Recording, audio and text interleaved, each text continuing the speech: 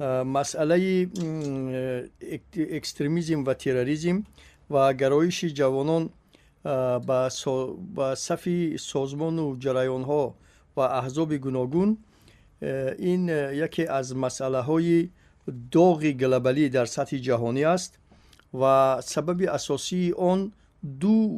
منبع مهم دارد. منبع یکم ناآرامی های فراگیر در منطقه خاور میانه و منبع دوم ادامه یافتن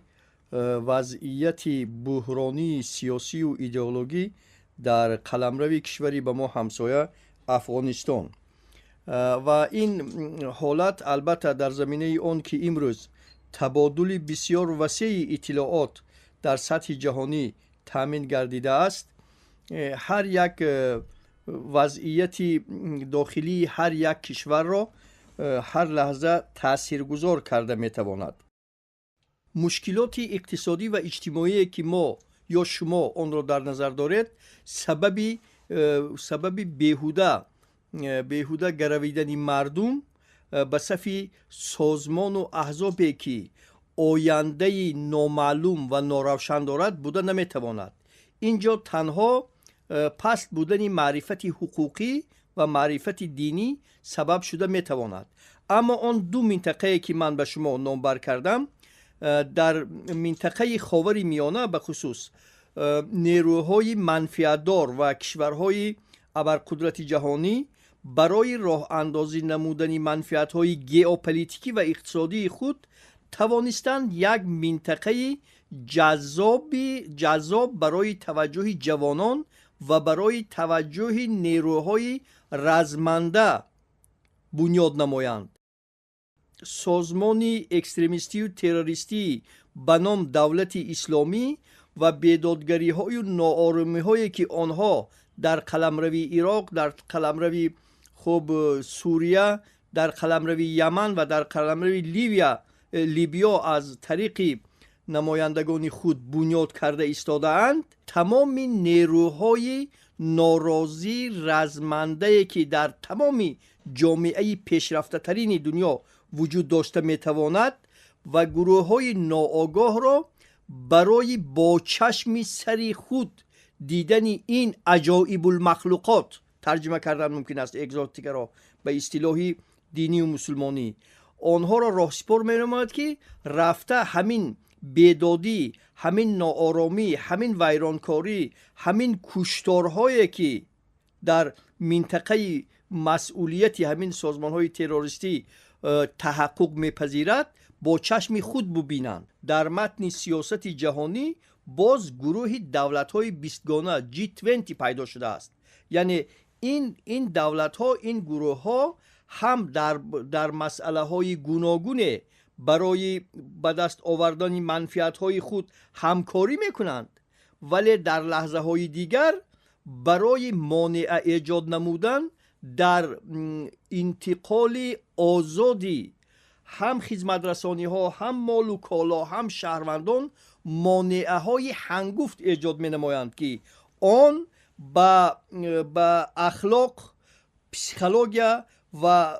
روح و روان انسان ها تأثیر منفی می رساند. یکی از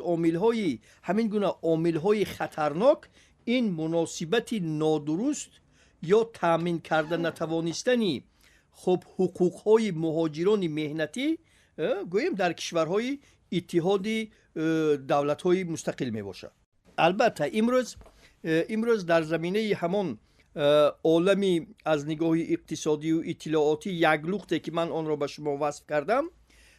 واسطه های بسیار بسیار مؤثر به مثل شبکه اینترنت، به مثل شبکه های اجتماعی، به مثل من این برنامه های گوناگونه که با نام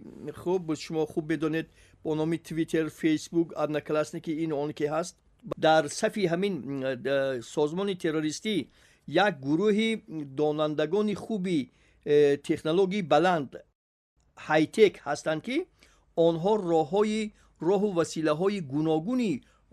ماین واشینگ یعنی مغزشویی کردن را میدانند. سازمان تروریستی ایگیل یا دیش را بررسی می نماییم، معلوم می شود که در آنجا شخصان کسب و کارهای گوناگون و دارای امکانیت‌های اقتصادی و اجتماعی گوناگون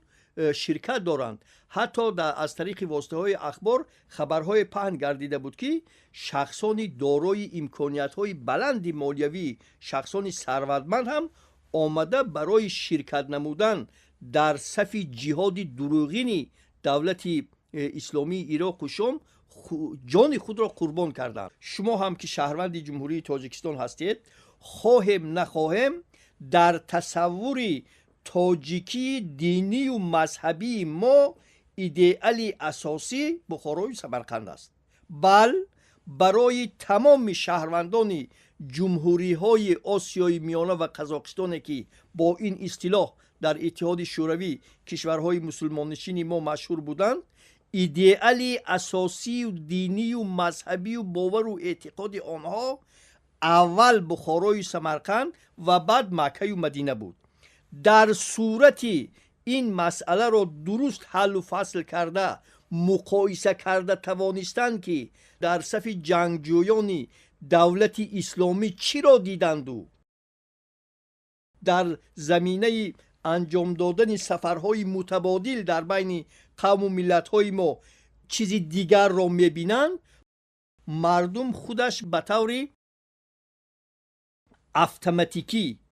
تحلیل کرده میتواند که باید دنبال کدام راهی رفت. تمام کشورهای ابرقدرت اعلان نمودند که اکنون انفراساختور سازمان تروریستی دولت اسلامی کاملا محو کرده شد، ولی این فریب محض است. درباره آرامی منطقه خاور میانه هنوز سخن گفتن بر وقت است، زیرا در آنجا از نو جابجا گذاشتن گروه های رزمنده تروریستی صورت گرفته ایستاده است. یعنی گروه هایی که تارمار شدند، آن گروه ها یک قسمتش به وطنهای خود برگشتند یا به منطقه های دیگر انتقال یافتند، قسمتی دیگری که اصلا رزمندگان کشورهای عربی بودند،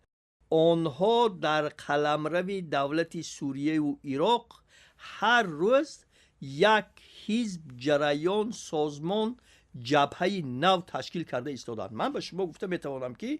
در همین ماه‌های و روزهای نزدیک در قلمرو اسلام